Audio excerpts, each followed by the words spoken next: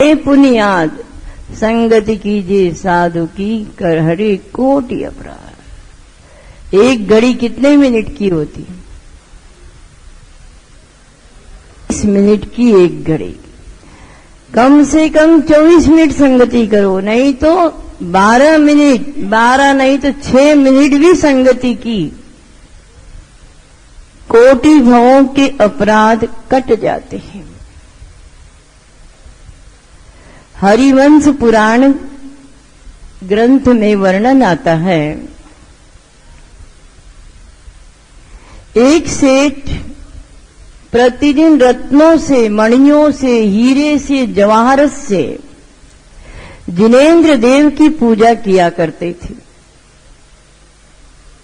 उनका एक मित्र था, ब्राह्मण था, अच्छी मित्रता थी। सेठ जी को कहीं जाना था, लंबा टूर था। उन्होंने सोचा इतने दिन भगवान की पूजा रत्नों से, मणियों से नहीं कर पाऊंगा, अपने मित्र को रत्न, मणि, स्वर्ण, जवाहरत सब दे देता है। क्या कहता है, जितने दिन मैं नहीं आऊं उतने दिन इन हीरे जवाहरत से तुम भगवान की पूजा कर लेना।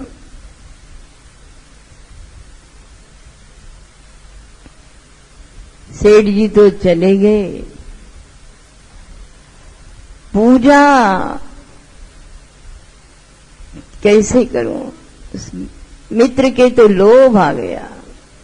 उसने उस पूजा के द्रव्य को भोगों में काम ले लिया। पूजा का द्रव्य भोग में काम लेने से, किसका द्रव्य है? निर्माल्य द्रव्य है, छूना भी नहीं है, देखना भी नहीं। दान देकर पीछे मुड़कर मत देखो कि कहाँ जाएगा, किसके पास जाएगा, कौन लेगा, इसका मालिक कौन बना। दान देना हमारा काम। उस ब्राह्मण के अंदर लोभ आ गया। लोभ के वशीभूत हो उसने सारा धन भोगों में काम ले लिया। जब सेठ जी आए, पूछा पूजा की थी, अपनी स्थिति बता दी। सेठ जी ने विचार किया, जिसकी जितनी बुद्धि होगी वही तो करेगा, खेद नहीं है, किंतु जैसा करोगे वैसा भरोगे, ध्यान रखना। आपका कर्म आपको फल दी बिना। सेठ जी ने ये नहीं कहा कि तुझे अपने पाप का फल भोगना पड़ेगा, तू इतना भोगेगा, अपन हो तो देख तूने मेरे धन का ऐसा क्या, तेरे को ऐसा हो जाएगा। नहीं, वह जीव स्वयं अपने कर्म का फल भोगेगा। हम क्यों पाप कमाएं बोल करके। उस पाप कर्म के उदय से वह नरक में गया। कई अशुभ पर्यायों को प्राप्त करते करते मनुष्य बन गया। एक दरिद्री के घर में मनुष्य बना।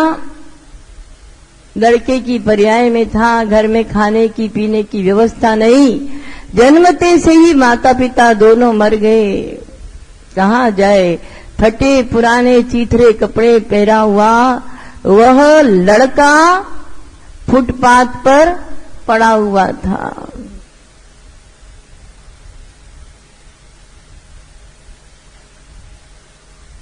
सोया हुआ है, खाने पीने की कोई भूखा प्यासा है। उधर से एक मुनिराज का संग निकला। वह सोचता है इनके पास तो फटा पुराना कपड़ा भी नहीं है, मेरे पास तो फटा पुराना कपड़ा भी है। मुनिराज के संग के साथ हो गया, पीछे पीछे हो गया। सारे संग का कहीं आहार होता, वहां भोजन कर लेता और क्या करता, संगति पकड़ ली, सब मुनियों की सेवा करता। संघ नायक आचार्य महाराज ने उस बच्चे को आदेश दे दिया, बेटा पढ़ो। महाराज मुझे तो बुद्धि नहीं है, याद ही नहीं होता, कोई काम बात नहीं। सब मुनियों की सेवा करो। वह प्रतिदिन मुनियों की सेवा वैयावृत्ति करने लगा। कहाँ था वो लड़का? फुटपाथ पे था, किंतु मुनियों की सेवा वैयावृत्ति में लग गया। देखते देखते उसकी सेवा वैयावृत्ति से सब साधु प्रसन्न होने लगे। सेवा वैयावृत्ति ध्यान रखना, कोई कम नहीं है, तप है, ये अंतरंग तप है। बिना ग्लानि को जीते कभी किसी की सेवा वैयावृत्ति हो नहीं सकती। वह बच्चा वैयावृत्ति करते करते सबका प्यारा बन गया। सब मुनियों को जो वही दवाई देना है, ये देना है, मालिश करना, करता रहा। और स्वयं भी क्या हुआ? दीक्षित हो गया। कहाँ बैठा था? फुटपाथ पे बैठा हुआ यहाँ आ गया। हम तो कहाँ आनंद से हैं। दीक्षित हो गया, दीक्षित हो गया। अभी याद कुछ नहीं होता था। गुरु ने कहा कोई चिंता नहीं करना, ज्ञान के पीछे मत पड़ना, श्रद्धान पक्का बना लेना।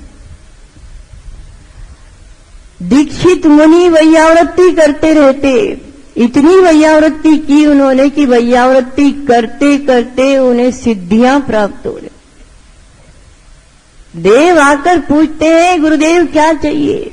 कहते मुझे कुछ नहीं चाहिए, एक चीज चाहिए कि जिस मुनि के या किसी के भी कोई रोग हो, जो पीड़ा हो, उसके लिए जिस दवाई की आवश्यकता हो वो मेरे हाथ में आ जाए, और कुछ नहीं चाहिए। कितना बड़ा उपकार है।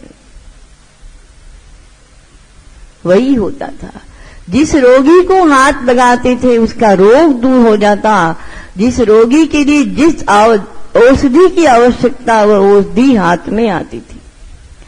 उस वैयावृत्ति तप को करके संगति कितनी देर की, किस अवस्था में संगति की है, उस वैयावृत्ति के फल से वह गरीब बालक गुरु की संगति करके वैयावृत्ति के फल से दूसरे ही भाव में श्री कृष्ण महाराज के पिता वसुदेव हो गए।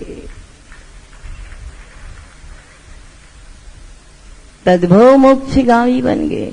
निश दिन वैयावृत्ति करैया सो नीचे भव नीर दे। इसलिए रहे सदा सत्संग उन्हीं का। और ध्यान किसका करना? ध्यान उन्हीं का नित्य रहे। उनका ध्यान यानी क्या? प्रति समय उनकी रत्नत्रय की वृद्धि की भावना करते हुए वे कैसे उपसर्ग परिसरों को जीतते हैं। अपने ऊपर जब कष्ट आए तो उन मुनिराजों के कष्टों का ध्यान करो। वे सुकुमाल मुनि कितने कोमल, कमल में रखे हुए चावल को मां सुबह पकाती थी, दाना दाना खाते थे। सरसों का दाना जिनके बिस्तर पे चुभता था, काया की सुध नहीं गीदड़ तन भक्ते देखे। मोक्ष के प्रेमी हमने कर्मों से लड़ते देखे। उन सुकुमाल का स्मरण करो, उन सुकोसल का स्मरण करो, उन गजकुमार मुनि का स्मरण करो। दो शब्द सहन नहीं होते हैं। कोई कह देता है दो शब्द तो लड़का जाकर के आत्महत्या कर लेता है, महिलाएं जाकर के सल्फस की गोलियां खा जाती है। सहन करने की शक्ति उन मुनियों के उपसर्ग परिसरों को याद करोगे। गजकुमार मुनि कंकण भी नहीं टूटा था, नेमिनाथ भगवान के समूह में समूह शरण में जाकर के मुनि बन गए। कंकण भी नहीं टूटा था, मुनि बन गए। ससुर को क्या हुआ? क्रोध आ गया। यदि ऐसा ही करना था तो मेरी बेटी की जिंदगी क्यों बिगाड़ी? जलती हुई सिगड़ी को मुनिराज के सिर पर रख दिया। आज आपके और हमारे कौन सा कष्ट है, किंतु हम तो एक शब्द नहीं सुन सकते। जो सुन नहीं सकता है वो साधु की चर्या को भी नहीं पलवा सकता। जो श्रावक स्वयं सहनशील नहीं है वो साधु की चर्या में भी धैर्य नहीं दे सकता। ध्यान करो, श्रावक की चर्या साधु की चर्या के साथ में साधन बनती है। उस साधु की चर्या को पलवाने में श्रावक का बहुत बड़ा हाथ है। ये मत समझना कि हमने साधु अपनी चर्या पाले कि आप फ्री हो गए। फ्री नहीं हो सकते, ध्यान रखना।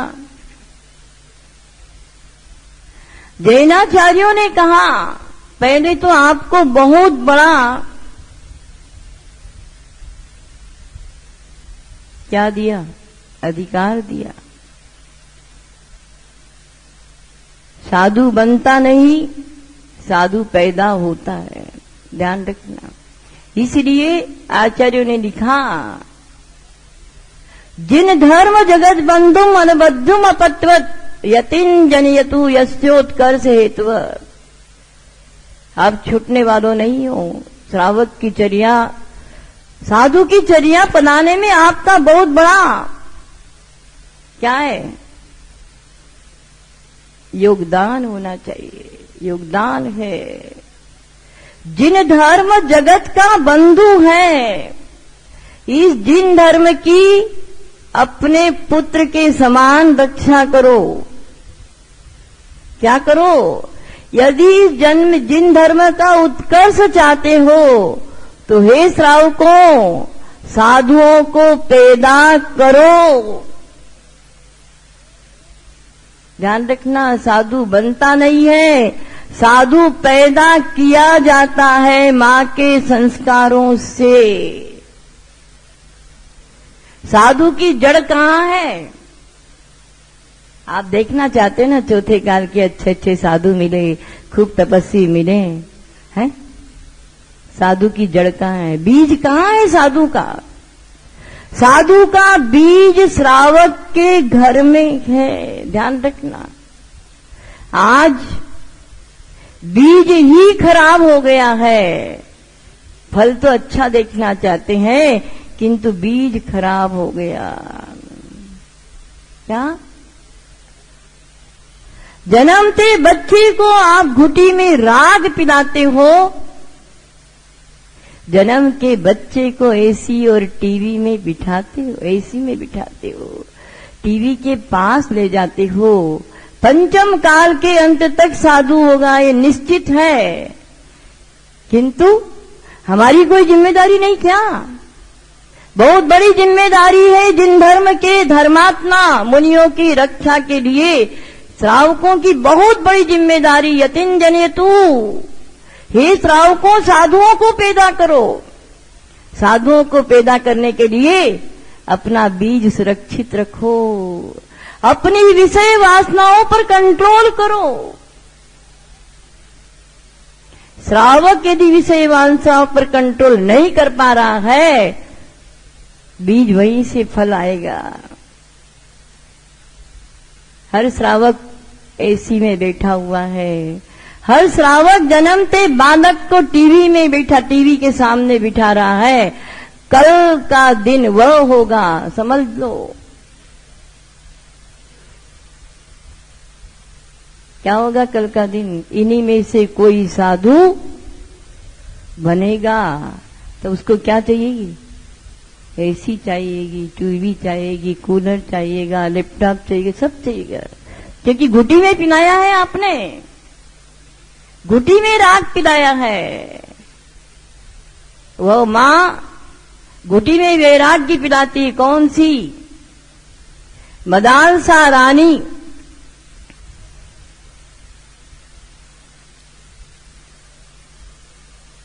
अपने पतिदेव से कहती है पहली सुहाग रात में आपसे मेरा संबंध नहीं हो पाएगा। तो क्या बात है, मेरे द्वारा हुई संतान पर मेरा अधिकार होगा। और एक ही बात है, ध्यान रखना, साधु पैदा किए जाते हैं, बनते नहीं हैं। वह मदालसा रानी गर्भवती होती है, 1 महीना नहीं, 2 महीना नहीं, पूरी गर्भावस्था में निरंतर वैराग्य भावनाओं का चिंतन करती है, तीर्थों की वंदना करती है और बार बार यही भावना करती। क्या भावना करती है? एकाकी निष्प्रभ पाणी पात्र दिगंबरा कदा हम भविष्यामि कर्म निर्मूलन क्षमा। हे प्रभु, एकाकी विचरण करने वाला, कर पात्र में आहार करने वाला, ऐसा कर्मों को क्षय करने वाला दिगंबर भेष मैं कब धारण करूंगी? वह रानी निरंतर 12 भावना, निरंतर मुनिव्रत धारण करने की भावना करती है, राग से दूर वैराग्य में अपना पूरा समय व्यतीत करती है। जन्मता बालक खुशहाल नजर आता है, घुटी में वैराग्य पिलाती है। बच्चा रोता है, आप कहाँ ले जाते हो? टीवी के पास रख दो, फ्री हो जाओ।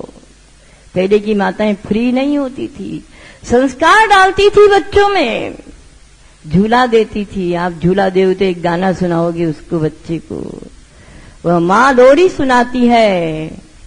अरहंत तेरे पिता, जिनवाणी तेरी माता, मेरे भैया अरहंत बनना सहज है। सिद्ध तेरे पिता, जिनवाणी तेरी माता, मेरे भैया सिद्ध बनना सहज है। आचार्य तेरे पिता, जिनवाणी तेरी माता, मेरे भैया साधु बनना सहज है। वो माँ अपने बच्चे को घुटी में वैराग्य पिलाती है। बेटा, अरहंत तेरे सच्चे पिता हैं और जिनवाणी तेरी सच्ची माता है। इस मनुष्य पर्याय को प्राप्त करके तू अरहंत बनना, सिद्ध बनना, साधु बनना, संसार के प्रपंच में कभी मत पड़ना। आप क्या करते हो? जन्मते बालक को गर्भ में आने से पहले चिंता है, इसको इंजीनियर बनाएंगे, सीए बनाएंगे, बीए पढ़ाएंगे, एमबीए करेंगे। आप लोगों को सिर्फ पैकेज की चिंता है। जहां पैकेज की चिंता है वह जैन धर्म का धर्मात्मा नहीं है। जहां जिन धर्म के उत्कर्ष की चिंता है वह साधु बनाने की चिंता करता है कि मेरी कुक्षी से पैदा होने वाली संतान धर्म के लिए, देश के लिए काम आए। बताओ, हम श्रावकों का पूरा जीवन एक पैकेज पर नाच रहा है। कितना अच्छा पैकेज मिलेगा वही बनाएंगे। है कोई माता जन्मते बच्चे को सुनाती है कि मेरे बेटा अरहंत बनना, सिद्ध बनना? है कोई माता? कितना पैकेज लाएगा, बस इतनी तक ही चिंता। कहाँ धर्म के प्रति अनुराग है? उस माँ का बेटा 8 साल का होता है, कहाँ चल दिया, कहाँ चला गया? जंगल की ओर चला गया, आचार्य कुंद महाराज बन गया। बताओ मुनि बना कि बनाया? मुनि बनकर मुनि पैदा हुआ कि मुनि बना है? पैदा हुआ है। घुटी में वैराग्य, एक नहीं 8 बालक मुनि बन गए उस माँ के।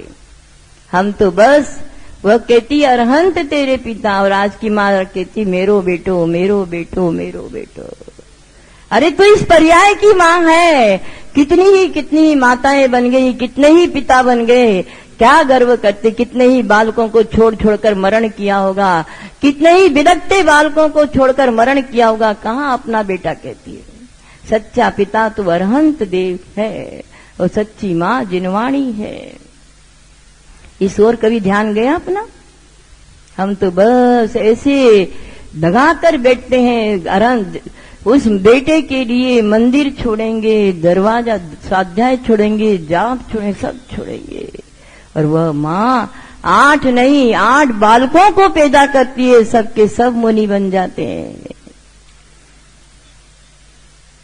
9वां बालक जब गर्भ में आता है, वह राजा कहता है देवी मेरा क्या होगा, मेरे वंश का क्या। पतिदेव ठीक। 9वां बालक जब गर्भ में आता है, वह माँ राज्योचित ग्रंथों को पढ़ती है, युद्ध कला, सैन्य कला आदि का अध्ययन करती है। जब बालक पैदा होता है, उस माँ के दूध की शक्ति देखिए। माँ कहती है राजन, अब इस बालक को आप पकड़ पकड़ कर भी कहेंगे जा तू मुनि बन जा, किंतु ये नहीं बन सकता। क्यों नहीं बन सकता? मैंने इसमें मुनि बनने के संस्कार नहीं डाले। इसलिए जैनाचार्य कहते हैं ये मत सोचो कि मुनि बन गया हमारी जिम्मेदारी छूट गई। यतिन जनयतु, हे माताओं, हे श्रावकों, इस जिन धर्म की रक्षा करना है तो यतियों को पैदा करो। इतना ही नहीं, उन यतियों के धर्म की रक्षा के लिए उन्हें संयम का उपकरण पीछी दान दो, शुद्धि का उपकरण कमंडलू दो, ज्ञान का उपकरण शास्त्र दो, और साधना का उपकरण है आहार दान दो। आहार दान दो। पद्मनंदी पंचविंशति का ग्रंथ में पद्मनंदी आचार्य ने तो यहां तक लिख दिया, हे श्रावकों, तुम निर्दोष व्रत नहीं पालन कर सकते। यानी कोई भी व्रत लिया, जिन गुण संपत्ति हो, रत्नत्रय हो, 10 लक्षण हो, कोई भी व्रत लिया है तो व्रत किसे कब के कैसे करना चाहिए? जिसमें किसी प्रकार का आरंभ सारंभ नहीं हो। क्या बिना आरंभ के का आप रह सकते हो क्या? बिना आरंभ क्रिया के किया हुआ व्रत ही निर्दोष होता है। इसलिए यदि कोई व्रत नहीं कर सको तो किसी प्रकार की चिंता नहीं करना। जो धर्म को धारण किए हुए ऐसे मुनि, यारिका, क्षुल्लक, क्षुल्लिका को आहार दान देने मात्र से तुम्हारे कई व्रतों की पूर्ति हो जाती है। वो आहार दान कैसे देना? रहे सदा सत्संग उन्हीं का, ध्यान उन्हीं का नित्य रहे, उन्हीं जैसी चर्या में यह चित्त सदा अनुरक्त रहे। आहार दान देने की बात कही, कैसे देना, कैसी चर्या है आहार दान की? एक आहार दान में एक दिन में, एक समय में, समझो एक ही क्रिया में 9 प्रकार से पुण्य का अर्जन होता है। 9 पुण्य जानते हो आप लोग? 9 पुण्य कौन से होते हैं? एक आहार दान ऐसा दान है कि एक ही विधि में वह 9 प्रकार से पुण्य का अर्जन करता है। जानते हो 9 पुण्य? कोई जानता हो तो बताओ। नवधा भक्ति। नवधा भक्ति का क्या नाम है? 9 पुण्य, 9 प्रकार से पुण्य। कौन बताए नवधा भक्ति? अच्छा, आप लोग नहीं बता सकते, करते हो। सबसे पहले पड़गाहन, दूसरा उच्चासन, तीसरा पाद प्रक्षालन, चौथा पूजा, 5वां नमस्कार, 6ठा मन शुद्धि, 7वां वचन शुद्धि, 8वां काय शुद्धि और 9वां आहार जल शुद्ध। ये कहा गान में 9 प्रकार से पुण्य अर्जन होता है। 9धा भक्ति पूर्वक आहार दान दिया जाता। 9 पुण्य प्रतिपत्ति सप्तगुण समाहितेन शुद्धेना अवसूनारंभाणाम आर्याणाम स्थिते दानम। किनको दान देना है ध्यान रखना। पात्र में दान देना है, हर कोई को नहीं। अपात्र में दिया दान भी दुख का कारण होता है। पात्र में दिया गया दान क्रमशः मुक्ति प्रदान करता है, ध्यान देना। उत्तम पात्र उत्तम दाता मिल जाए तो क्या होगा? पात्र से भी पहले दाता की मुक्ति हो गई। है कोई उदाहरण? पात्र तो बैठे ही रहे समूह शरण में, वो दाता श्रेयांश राजा उनसे भी पहले मोक्ष चले गए।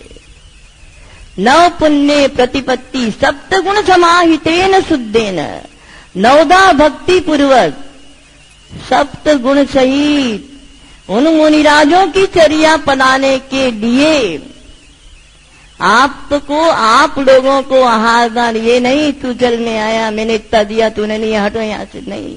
सप्तगुण सहित दाता के 7 गुण कौन से होते? श्रद्धा, भक्ति, तुष्टि, श्रद्धा, भक्ति, तुष्टि, क्षमा, सत्व, शक्ति, धैर्य, ये 7 गुण हैं। सबसे पहले श्रद्धा। जिस पात्र को घर में लाए हो 9धा भक्ति पूर्वक, उनको भक्ति पूर्वक आहार दो। आहार देते समय क्या सोचते हो आप लोग? कुछ सोचते हो कि नहीं? हम तो बातें करते रहते, इधर बातें करें उधर बातें करें, नहीं। उनके रत्नत्रय की वृद्धि हो। हे प्रभु, मेरा एक ग्रास भी इन पात्र के रत्नत्रय की वृद्धि में कामयाबी हो। ये नहीं कि हम लोग वहां भी ईर्ष्या करते रहते हैं। ईर्ष्या से दिया गया भोजन मुनिराज की साधना को बाधित करता है, और नहीं तो कंपटीशन से भोजन देते हैं। उसने इतना मीनू बनाया हम भी इतना बनाए, नहीं तो लोग क्या कहेंगे? नहीं, मैंने कल भी बताया था एकदम शुद्ध हो। सबसे अच्छी बात बताया आपको, दक्षिण भारत में जाओ, वे लोग ज्वार की रोटी खाते हैं, मजगी यानी छाछ, नारियल की चटनी और नारियल का पानी, रोटी, बस इतना ही भोजन रखते हैं। ये क्या इधर का मीठा तला गला, ये कुछ नहीं। शुद्ध भोजन खाते हैं। शुद्ध मुनिराज के परिणाम निर्मल रहते हैं।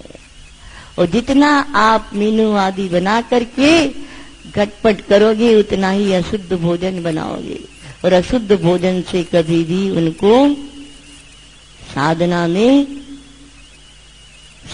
में वृद्धि नहीं होगी। इसलिए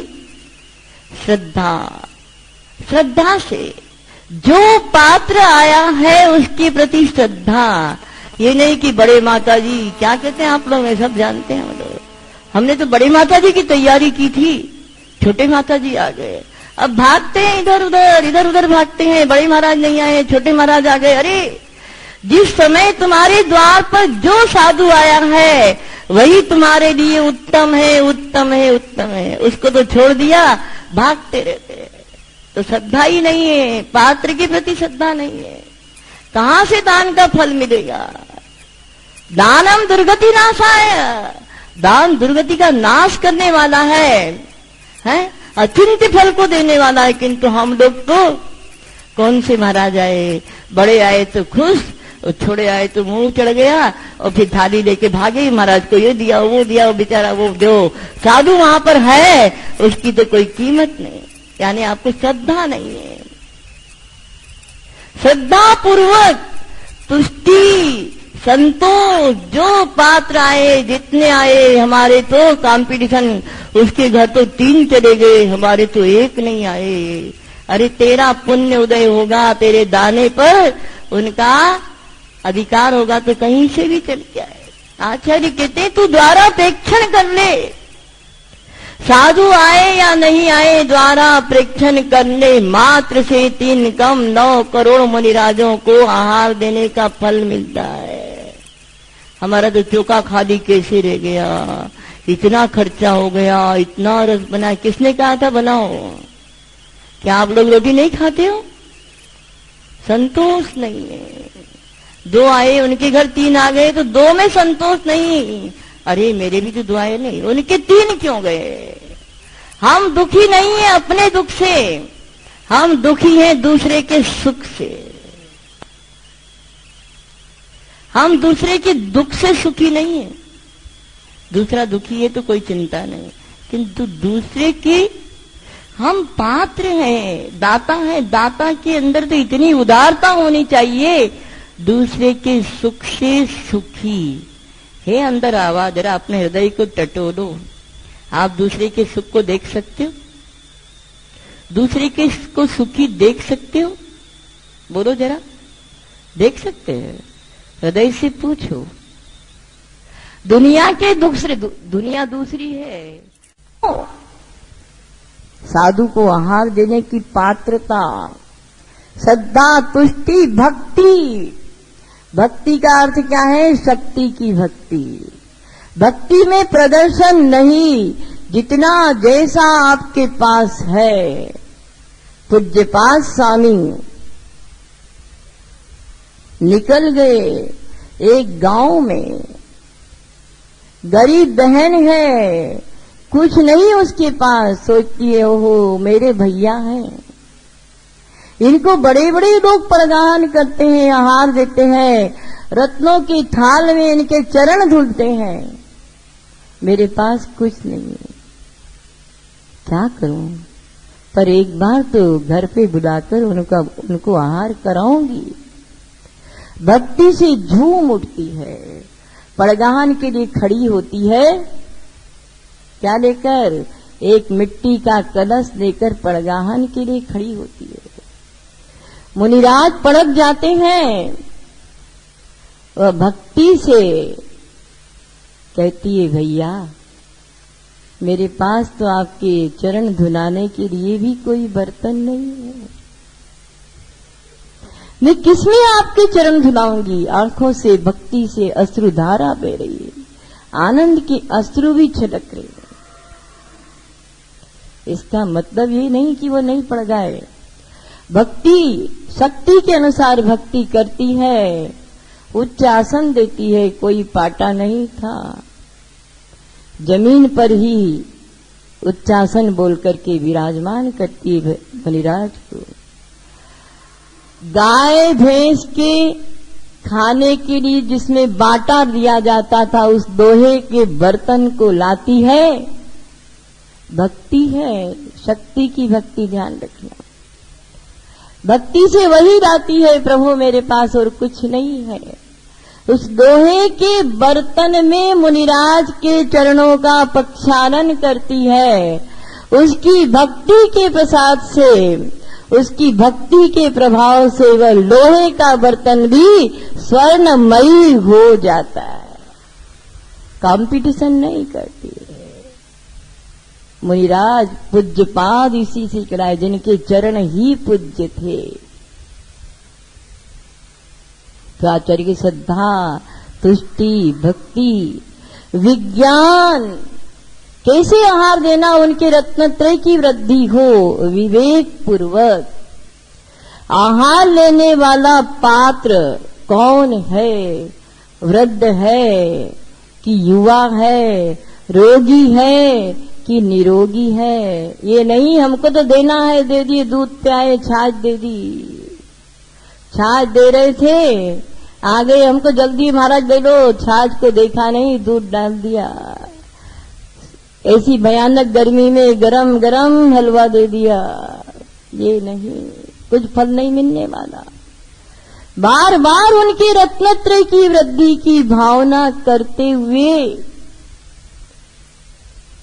ऋतु के अनुसार, शरीर की अनुकूलता के अनुसार विवेक पूर्वक शांति से आहार देना। हम लोग मारवाड़ी लोगों के यहाँ तो बहुत बड़ी मुसीबत है ना। 2-4 चौके हो जाए, अपने अपनी थाल लेके आ जाए, बस ऊपर तले ये दे दो, ये दे दो, ये दो। नहीं, बैठो, खड़े खड़े एकदम, माता ही दे दो, माता। अरे बैठो, शांति से बैठ करके हाथ धो। शुद्धि कहाँ हाथ धोते, कुछ नहीं। जमीन पे विवेक कहाँ है? जमीन पे हाथ लगा दिया, हाथ धोया भी नहीं और आहार दे दिया है। एक मुनिराज के यहाँ बहुत भीड़ थी आहार देने वालों की। अब महाराज थोड़ी देखने जाएंगे, सबसे कहा हाथ धो दो के, तो उन्होंने बेसिन में हाथ धोया, आहार देने लगे। कहाँ का विवेक है आप लोगों की? सिर्फ देने से मतलब थोड़ी है। विवेक रखो। कुएं का पानी यानी कुएं के पानी से ही हाथ धोना है, कुएं के पानी से ही बर्तन धोना है। चौके में कच्चा पानी तो रहना ही नहीं चाहिए।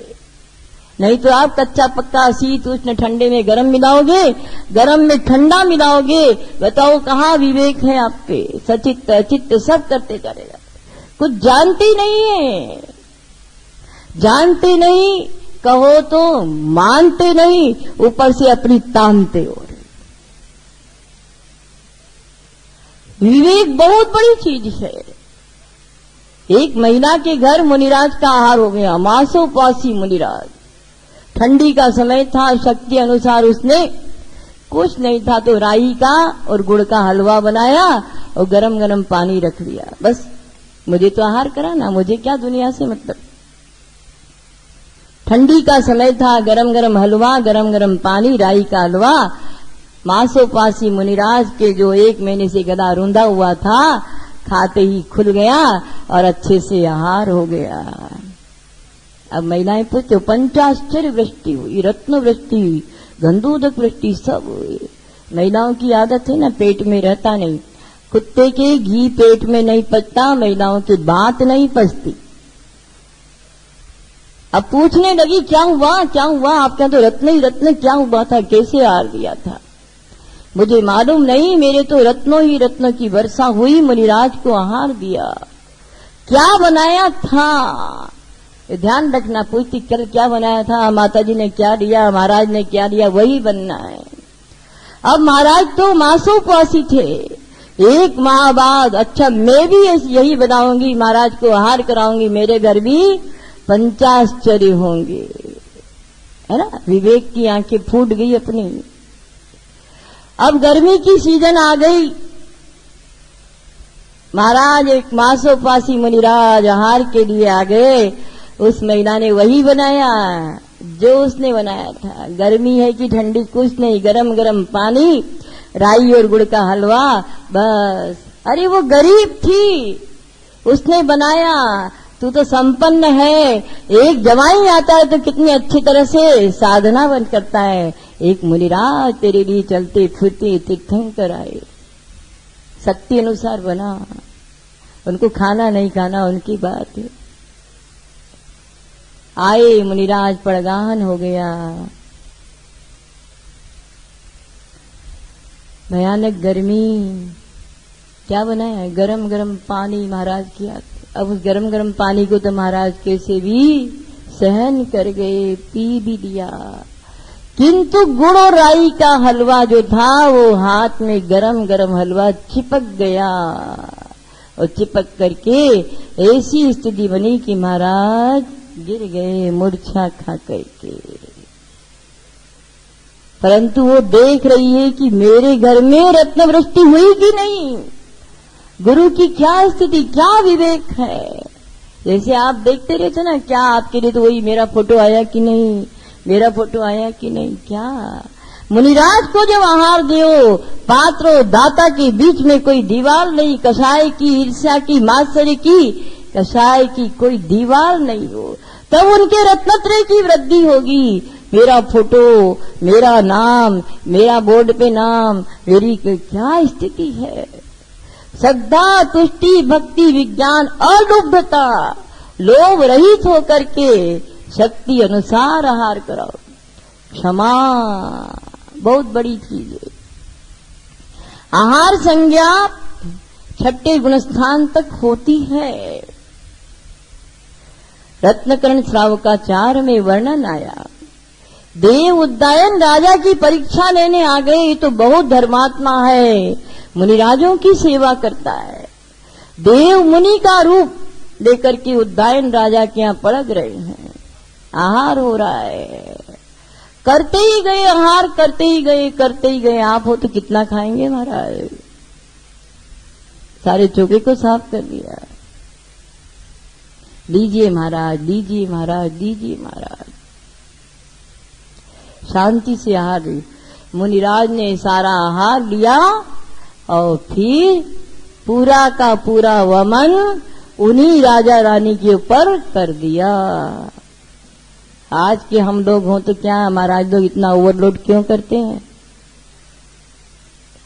वे क्षमा के धारी श्रावक कहते हैं, हे गुरुदेव क्षमा कीजिए, मेरा भोजन, मेरे घर का भोजन आपके लिए इतना अहितकारी हो गया। मेरा कैसा पाप का उदय है, मेरे हाथ से कैसा अहितकर भोजन बना जो आपकी साधना में बाधक बन गया। ऐसे विचार आते हैं क्या। हमने तो बहुत अच्छा बनाया था, महाराज ने क्यों ज्यादा खा लिया। हमने तो बहुत अच्छे से बनाया था, बहुत अच्छे से। मतलब हमें अपनी गलती कहीं नजर नहीं आती। आचार्य कहते हैं, हमारे यहाँ चित्राबाई थी, वो एक चित्राबाई बड़ी परीक्षा प्रधान थी साधुओं की। उसको नहीं जचे तो कभी नमस्कार नहीं करती, चाहे संग में भी रहो नमस्कार नहीं करती। किंतु यदि वह साधु आहार पर आ गया है और नमस्कार नहीं करे तो चले जाए, नहीं जाने नहीं दूंगी। इस समय तो जितनी बार कहोगे उतनी बार नमस्कार करूंगी, 100 बार तो 100 बार नमस्कार करूंगी, जाने नहीं दूंगी। कठिन उस समय साधु कितना ही गुस्सा कर ले, किंतु क्षमा धारण करके नहीं, कैसे भी वो भूखा नहीं जाने दूंगी, पेट भर के भोजन कराऊंगी। समझती है कितना खाते रोज की अपेक्षा, इतना क्षमा धारण करके। तो वे श्रावक क्षमा के धारी। उस समय आहार के समय आप हमारे माता पिता हो, हम आपके बच्चे हैं। जैसे माँ बच्चा रोता है, गुस्सा करता है, सब कुछ करता है, तो भी प्यार से रोगी है, दुखी है, उसको उसके अनुसार सहलाते हुए, पुचकारते हुए भोजन कराती है। उसी प्रकार उस साधु के रत्नत्रय की रक्षा के लिए वह श्रावक भी माता पिता बन करके बड़े प्यार से, दुलार से उनको आहार कराते हैं, उनकी साधना में 4 चांद लगाते हैं। इसलिए आचार्य यहां तक कहते हैं, साधु का मोक्ष श्रावक के घर में। समझ में आई बात। समय अपना हो गया, इसलिए आगे की चर्चा फिर करेंगे। इसलिए